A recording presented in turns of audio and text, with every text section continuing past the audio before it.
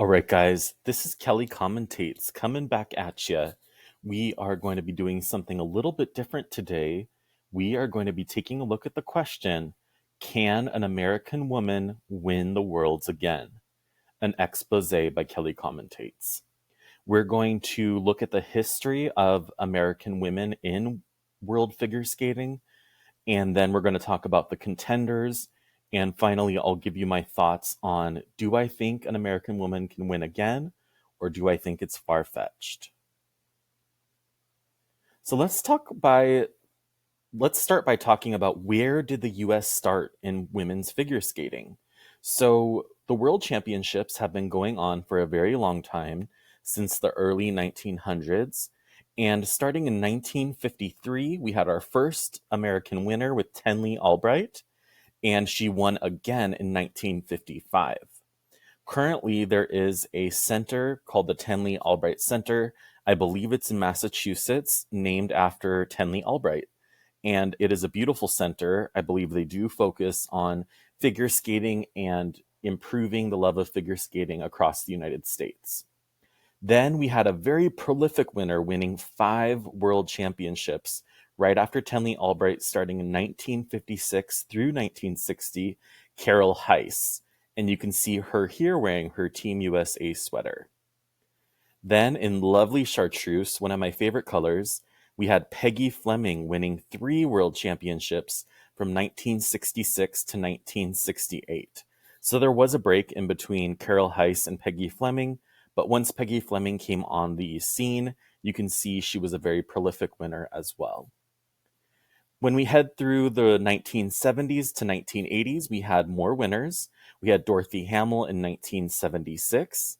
We had Linda Fratian in 1977 and again in 1979. We had Elaine Zayak in 1982. And then we had Rosalind Summers in 1983. Looking ahead, we had Debbie Thomas again in 1986. And then 1990, Jill Trenery. Then we had our future Olympic champion, Christy Yamaguchi. She won 2 years in a row, 1991 to 1992. She's an amazing figure skater. She had a beautiful triple Lutz.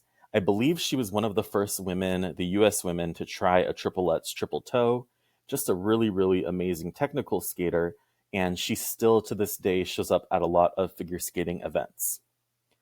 Then what would US figure skating be without our most prolific winner, next to only Carol? And that would be Michelle Kwan. She won 5 different times. This was in the 90s and early 2000s. And you can see she had breaks in between. So she only won consecutively the first of the millennium in 2000 and then again in 2001. But before that, she won in 1996. Then there was a break where Tara Lipinski on the far right won in 1997, and Michelle won again in 1998. The last time Michelle won a World Championships was in 2003. And who was the last? Where did the US legacy end? It ended almost 20 years ago, so in 2006, with Kimmy Meisner. And you can see a picture of her here with one of her medals, and this was the last time a US woman stood atop the world podium. Can they do it again? So let's take a look at the contenders. Basically, what happened? So the 6.0 judging system ended in 2004. This was kind of the judging system where there was an artistic score and there was a kind of like a technical score. And it was rated out of 6.0, and each judge basically gave their rating. And then what they did is they basically tallied the 2 different programs, and whichever skater had the highest, I believe they gave more weight to the free program, would end up being the winner. So even though judging was not so complicated, it kind of made sense. However, after the debacle that was the 2002 Salt Lake Olympics, which this video is not even going to go into, that is a whole separate video, and there is a whole documentary about it. There's lots of really good information out about that. But basically, after that debacle, the ISU, the International Skating Union, said that they were going to replace it. So they're going to replace the 6.0 or the old system with the new International Judging System, or IJS. But the question is, did the US adapt? So did the US adapt to the IJS? Well, for one thing, the judging was simpler under the 6.0 system. It was also a little bit more subjective. Under the IJS, scores are more competitive. There's difficulty and execution of elements. So now under IJS, instead of an artistic score, they have PCS, or program component scores, which are kind of taking the place of that. And then we had another judging change in starting with the 2018 to 2019 season. So grades of execution for each individual element, basically you can think of it like how well did they do whatever element they were trying to do.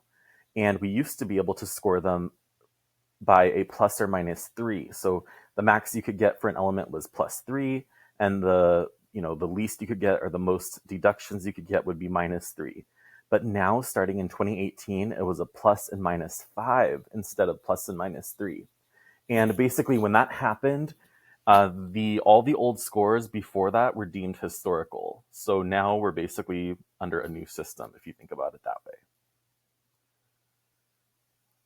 Now let's take a look at who's been close. So since Kimmy Meisner in 2006, who got so close or close enough to the top of that podium? So we had a couple of silvers, starting with Ashley Wagner in 2016. That is one of my favorite world competitions ever. It was in Boston. The crowd was uproaring for her. They were just so excited, and Ashley put together two of the best programs I'd ever seen her do. We also had Isabeau Levito in the top right corner. She won silver just this year in 2024. Now, when you look at the total score that Isabeau got, it wasn't very high. I think it was maybe 206 to 210, somewhere in that range. And so it really just kind of wasn't a good world competition. So while she did get silver and it was well earned, she truly fought for her programs. The field wasn't as competitive. And we do need to keep in mind, this is now part of the post-Russian era. So, I'm not saying it's easier, but Ashley was able to do this, win her silver when Evgenia Medvedeva was at the height of her popularity, and she was skating very, very well. And Ashley Wagner got close. She had potential to beat her, although it wasn't expected. We had a bronze as well with Alyssa Liu in 2022. And then we've had two fourth-place finishes getting so close. Gracie Gold was first after the short program in 2016. She could have podiumed, but unfortunately she ended in fourth after a shaky free skate. And then Karen Chen, in Karen Chen We Trust, in 2017, she squeaked out a fourth-place finish. It was not a for sure thing. She secured us 3 spots for the Olympics, which is amazing, and she truly earned her right to go to the Olympics in 2018. Now, let's look at the contenders. So let's talk about first who has a high chance. If a US woman was going to stand on the top of the podium, who would have the highest chance? And there are 2 skaters who I believe would have that chance. So first is Amber Glenn, pictured here. First of all, she has a steady triple axel. She has really solidified herself that, hey, when I go out, I'm going to land that triple axel, regardless of what I do in the rest of the program. But I am going to hit this triple axel. It is now part of her repertoire. She's very good at it, and you can count on her to perform under pressure with the triple axel. Because of this, she has the highest potential ceiling of all the US ladies. And also, she's the reigning US champion. So if we were going to have a winner in Boston in 2025, this coming up Worlds, who better than Amber Glenn? She's our reigning US champion. By then, she might not win again in 2025, but still, nonetheless, she's a recent US champion. And one really good thing is, I've read recently that she is focusing on the psychological aspect of her skating. This has always been where Amber has really struggled, is in the psychology of her skating. I've seen her perform live multiple times, and a few of those times she was yawning. She seemed very almost like, not discontent, but almost apathetic and just kind of bored. and she didn't look like someone who was going out there to win. But Amber of the recent years, she looks hungry. She looks like she wants to win. And what she's reminding me of is Ashley Wagner leading up to the 2016 Worlds. You could just tell how badly she wanted it. And it gives me chills thinking about, I truly thank Ashley Wagner for what she did for U.S. women's skating. She really held it together. After the Michelle Kwan era, Ashley was one of the few women who has won the national championships 3 times. And so I just think Amber is looking just like that. If we talk about her personal bests, in the short program, she has scored 75.71. In the free program, her best is 137.18. And her total best score is 212.89. And both the total and these 2 personal bests are from the recent Lombardia Trophy.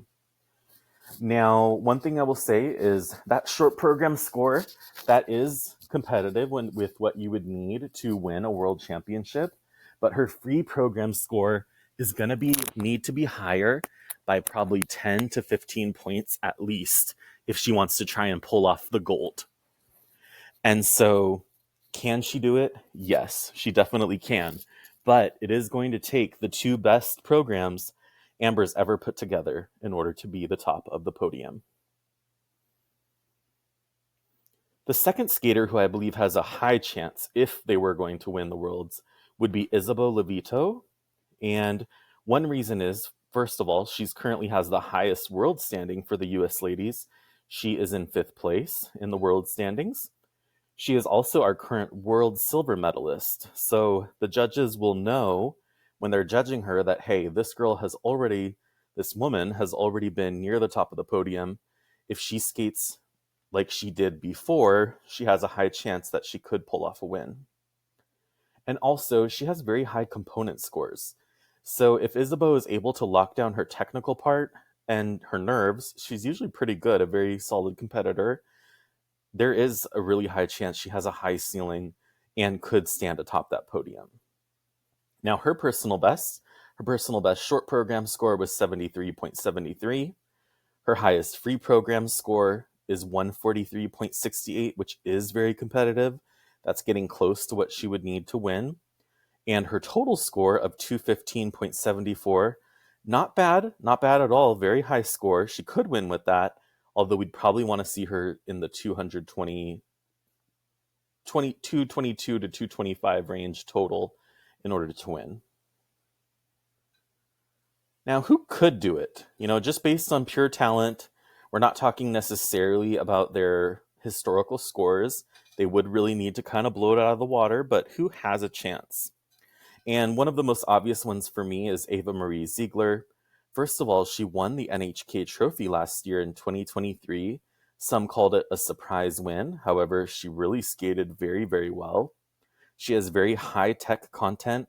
Her jumps are secure. Her jumps are huge. They are explosive. She skates fast. To me, she's the full package skater. And she's generally consistent, although she's had a few falls here and there. Now, one reason why she's not in the high chance category is because she is recovering from an injury, and it's kind of unknown right now when she will be skating again. I almost think that she'll have to sit out the rest of the season, but who knows? In terms of personal best, she's had a personal best short program score of 68.25, a pretty high free program score of 138.46, and a total breaking 200 of 201.19. Who else could do it?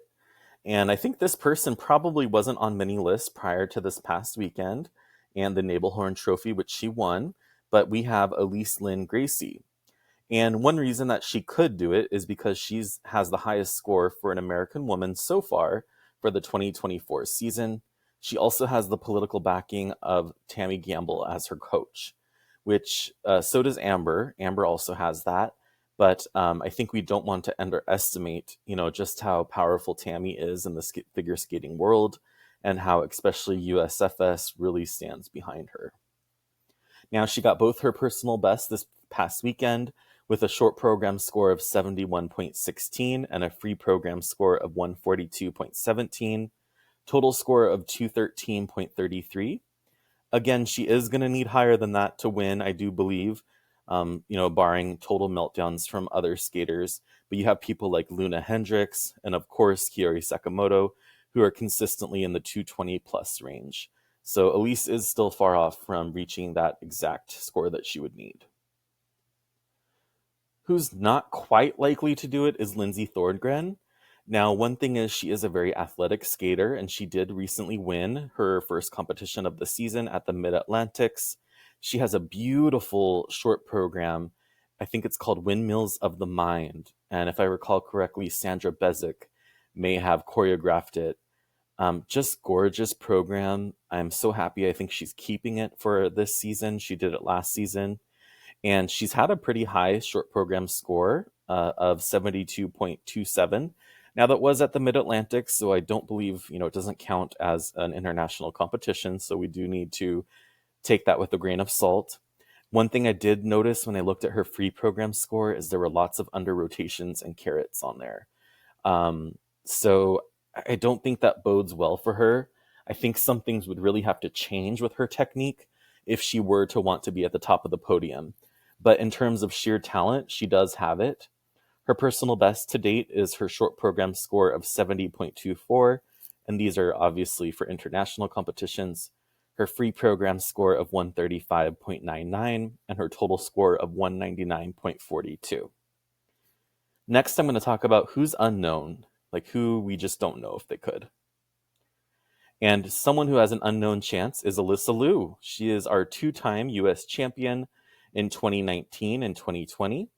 She is the first U.S. woman to land a quad internationally, and she's making a comeback after 2 years off the ice. So I am so excited. I can't wait to see her.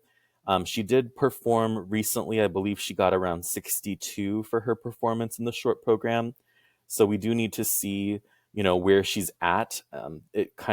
She seems very consistent. She's posting a lot of videos, but we don't know how she's going to score after a 2-year hiatus. That is quite a long time. Judges really liked her, though, and we're going to see that down below with her personal best, because she has one of the highest personal bests with the U.S. women of 219.24.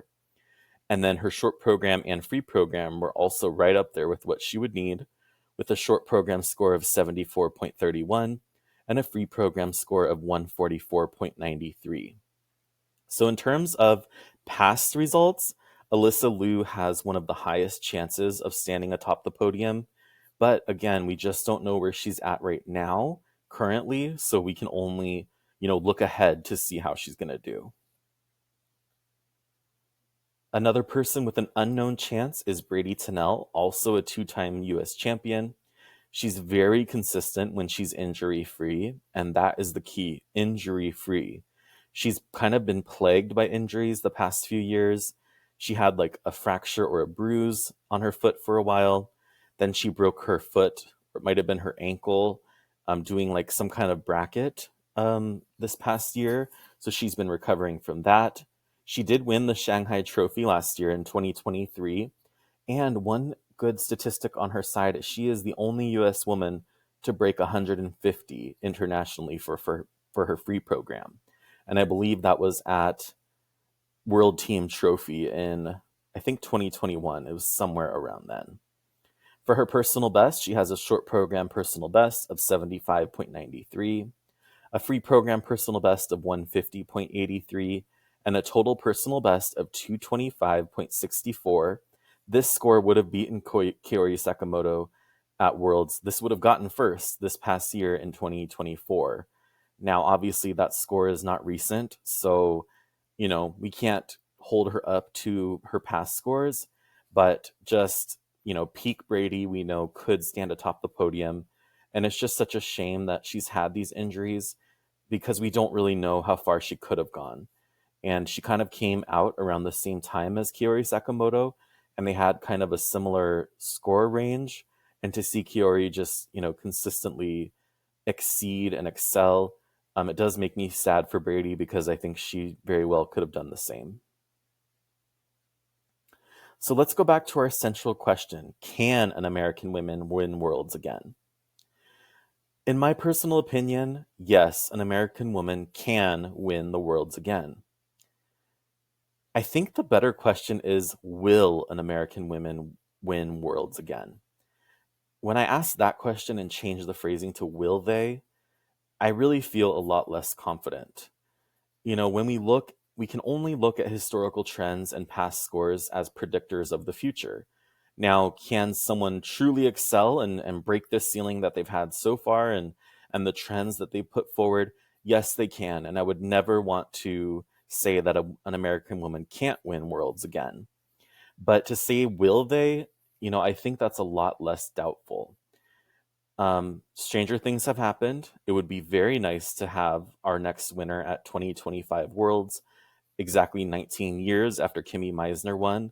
It would be nice not to have to wait another 20 years to get an American woman at the top. But, it's what's only fair is that the best skater for the two programs on the day is the winner, and that's all that we can ask for. I also wanted to mention that I don't want to put pressure on any of these skaters with this question. It's really just something for us to ponder. And I do think we could do a whole other video series on why the downfall of the US women in figure skating. What happened to lead us to this point, especially because this is likely our largest drought of, no winners atop the podium since Tenley Albright, being our first winner in the 50s. So it is sad. I really love American skating. The American women just had so much passion and fire for figure skating. And I think, especially if you remember figure skating from the 90s and early 2000s, it was just a whole different world where, we were very dominant and we were excelling under the old system. Funny enough, Canada and the US were two of the countries really, really, discouraging the old 6.0 system, pushing for something new. And that is why the ISU implemented the IJS system, especially after the debacle that happened in Salt Lake City Olympics in 2002. So, you know, there has been a downward trend. Other countries have risen up. We had, the dominance of Unikim and Mao Asada in the late 2005 to 2010 range and 2010 to 2014 range. After that, it was basically Russian dominance until the last Olympics in 2022, when they were caught for doping. And I will retain my personal opinions about, how Russia was so dominant for so long. I think that it has a lot to do with culture. I think it has a lot to do with training environments and things like that. And when things do change in their country, they're not going to be as dominant as they once were. And, I would like to see moving forward the American women to really challenge the Japanese women skaters and the Korean women skaters. And I'd like to see more of a rivalry. I know that, we're in an era where it's more of a feel good time. And I love that too. I love how supportive the skaters are, but I really want to see that fire, that passion. And I think the skater that's going to win is the skater that goes out and says, I'm here to win, and not I'm here to do my very best. Because I think those are two different things. And even though there's a higher chance of failure if you don't win and you set out to win, at least you tried, and that you weren't just saying, I just want to do my best. Go out there and say, I want to win and I am here to win, and I'm going to show you how I'm going to do it. This is Kelly Commentates. Thank you so much for watching my video. I hope you found it interesting. Put your comments down below. Can or will an American woman win worlds again? Thank you so much. Over and out.